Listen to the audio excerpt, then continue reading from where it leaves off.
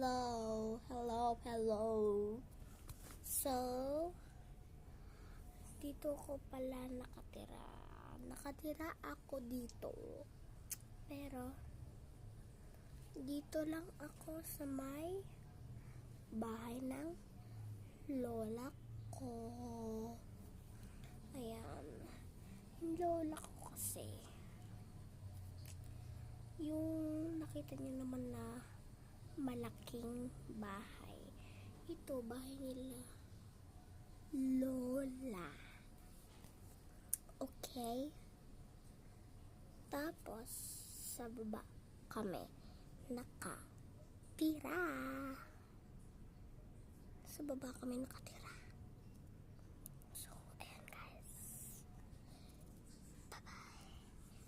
Yung nakita niyo naman na mayaman kami. Dito lang yung bahay ng lola namin at lolo namin. Kaya nyo to guys.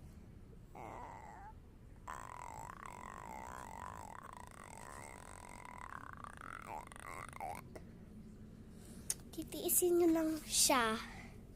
Ano?